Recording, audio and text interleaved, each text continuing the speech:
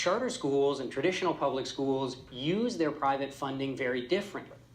If your local public school principal does a great job and gets a huge donation, she cannot use that money to open new public schools in other districts.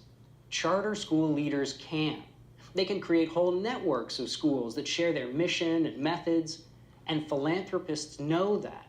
So when they make donations to charters, it's very often with that replication in mind. And it's working. There are now 130 charter school networks enrolling 250,000 students, and they've been growing in both size and number for over a decade.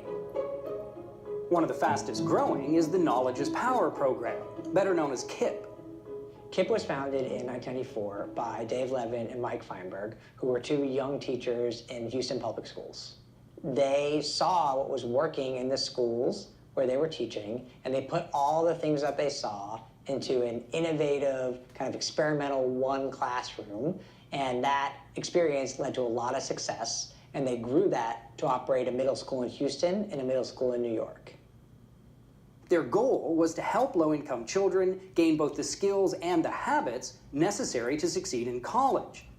To do that, they stretched the school day and the school year, raised academic expectations, and studied the methods of the best teachers they could find.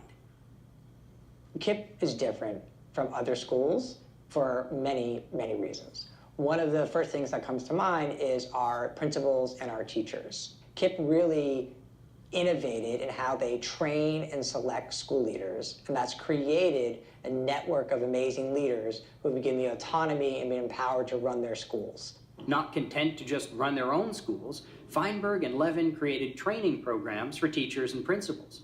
Everything they learned about success in and out of the classroom was distilled so that it could be passed on to a new generation of educators. As Mike and Dave ran their schools, they got national attention, and they got to the place where the question was asked, how are we going to replicate this? How are we going to take this nationally? And so they developed a theory of change for our country that really focused at first on the school leader. And they attracted this group of young teachers who wanted to drive change in different cities.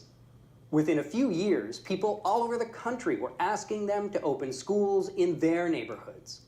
So KIPP currently operates in 20 states in the District of Columbia, and we have 183 schools and serve 70,000 students. Of course, expansion like that costs money, but generous individuals and foundations came forward to make that expansion possible, contributing over $400 million to grow the network